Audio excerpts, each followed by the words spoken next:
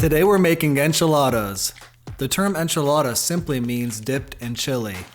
Let's make our pulled chicken filling in the Instapot, or you can bring some water to a boil and then simmer the chicken covered for about 15 minutes before shredding. Let's add our chicken breast, chicken stock, smoked paprika, garlic powder, black pepper, kosher salt, and give everything a nice mix. Set the Instapot on pressure cook for about 10 minutes and then we will do a natural release. We will start by making a roux.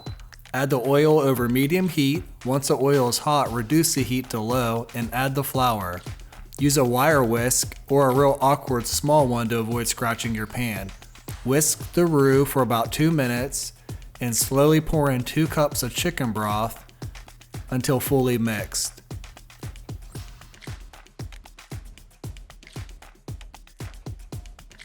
Once the roux is a nice consistency, we'll add the cumin powder, garlic powder, salt, chili powder, sugar, and our secret ingredient of the day, a dash of cinnamon.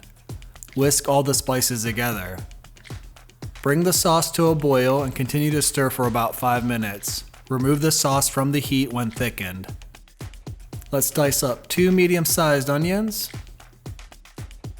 I prefer using a darker chili powder that has a deeper, more complex flavor, like an Ancho chili powder.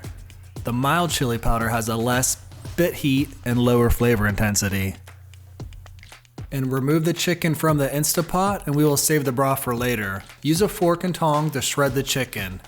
This is by no means an authentic Mexican enchilada sauce. If I had more time, I'd use dried chilies, pureed, de-seeded, fresh garlic, tomato paste, and more.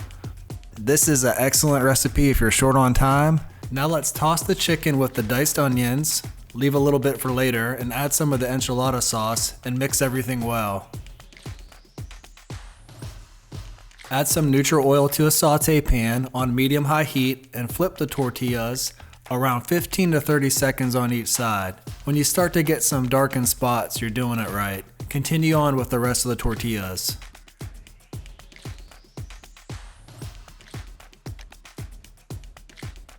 Let's add 2 ladles of our reserved chicken stock from the Instapot to the enchilada sauce to bump up the flavor.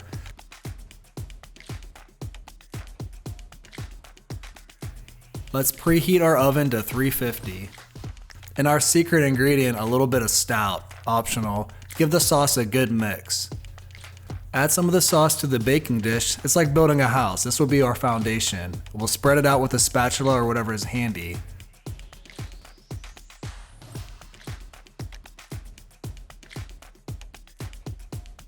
Let's add some heavy whipping cream and let's just kind of even out the pan. Let's assemble the enchiladas. Add a generous spoonful of the chicken mixture on the tortilla and sprinkle with some Mexican shredded cheese. Roll up the tortilla and repeat. Enchiladas originated in Mexico, where the practice of rolling tortillas dates back at least to the Aztec times. The people of that region traditionally ate corn tortillas folded or rolled around a small fish, topped with any remaining shredded chicken. Mexican restaurants worldwide serve enchiladas with different kinds of filling, ranging from beef, chicken, seafood, and more. Pour over the rest of the enchilada sauce and spread evenly. And add some of the remaining diced onion.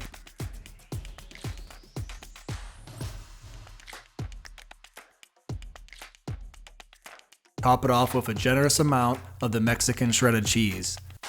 May 5th is National Enchilada Day, and the enchilada is one of the dishes mentioned in Mexico's first cookbook, The Mexican Chef, in 1831.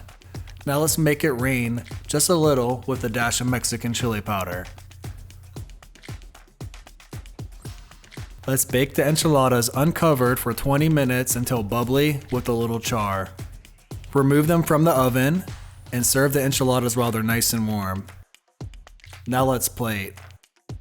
Let's add a drizzle of some Guatemala cream, a dash of your favorite hot sauce. There's a great depth of flavor from the toasted Ancho chilies. It's bitter, but it's also savory from the chicken stock and the other spices. I'm about to kill all this. From my point of view, skip the pre-made sauces.